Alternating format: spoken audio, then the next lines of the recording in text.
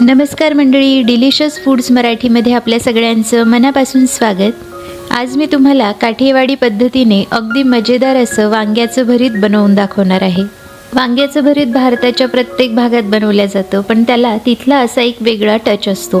तर आज आपण गुजरातमध्ये काठियावाडी ढाब्यांवर ज्या स्पेशल पद्धतीने वांग्याचं भरीत बनवलं जातं त्या पद्धतीने वांग्याचं भरीत बनवणार आहोत।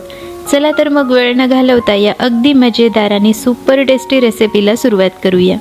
तर सगळ्यात पहिले पॅनमध्ये आपल्याला 2 चमचे तेल घ्यायचं आहे। या ठिकाणी मी 250 ग्रॅम भरताचे वांगे घेतलेले आहेत।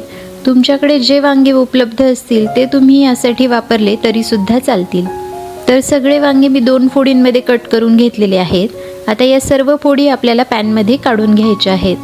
आता वांगे आपल्याला 5 ते 7 मिनिटापर्यंत मध्यम आचेवर छानपैकी फ्राय करून घ्यायचे आहेत। अगदी दोन्ही बाजूंनी आपल्याला हे वांगे फ्राय करून घ्यायचे आहेत।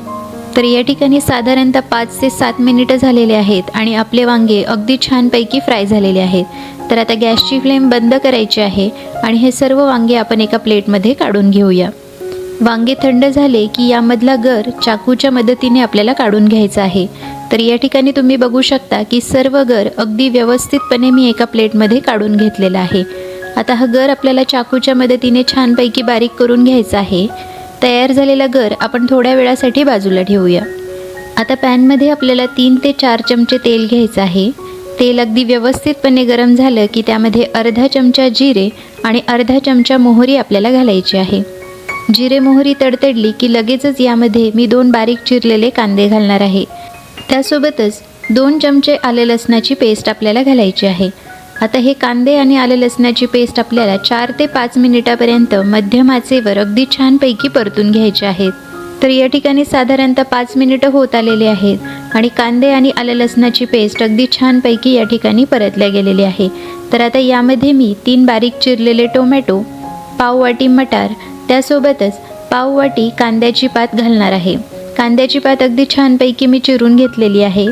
तर हे सर्व घातल्यानंतर आपल्याला हे सर्व मिश्रण 5 ते 7 मिनिटापर्यंत मध्यम आचेवर अगदी छानपैकी परतून घ्यायचं आहे।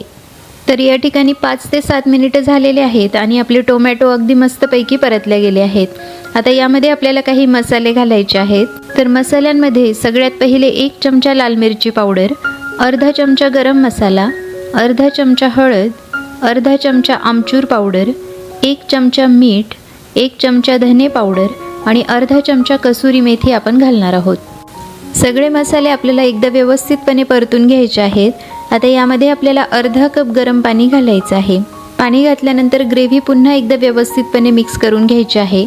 आता जो वांग्याचा गर आपण तयार करून ठेवलेला होता तो आपल्याला पॅनमध्ये घालायचा आहे। आता वांग्याचा गर सुद्धा ग्रेव्हीमध्ये अगदी छानपैकी एकजीव करून घ्यायचा आहे। तर या ठिकाणी तुम्ही बघू शकता की वांग्याचा गर ग्रेव्हीमध्ये अगदी छानपैकी एकजीव झालेला आहे। आता यामध्ये आपल्याला अर्धा कप गरम पाणी घालायचं आहे। पाणी घातल्यानंतर ही भाजी आपल्याला 4 ते 5 मिनिटापर्यंत मध्यम आचेवर अगदी मस्तपैकी शिजवून घ्यायची आहे। 4 ते 5 मिनिटानंतर तुम्ही बघू शकता की आपलं मजेदार असं वांग्याचं भरीत तयार झालेलं आहे। तर आता हे वांग्याचं भरीत आपण आपल्या पद्धतीने सर्व करणार आहोत।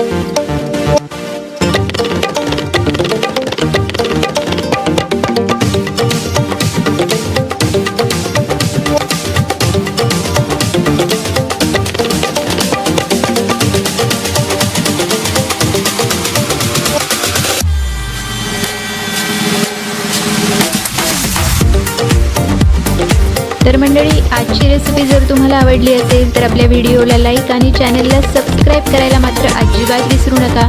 पुन्हा भेटूया अशाच एका रेसिपीसोबत। तोपर्यंत मस्त खा आणि अगदी हॅपी रहा।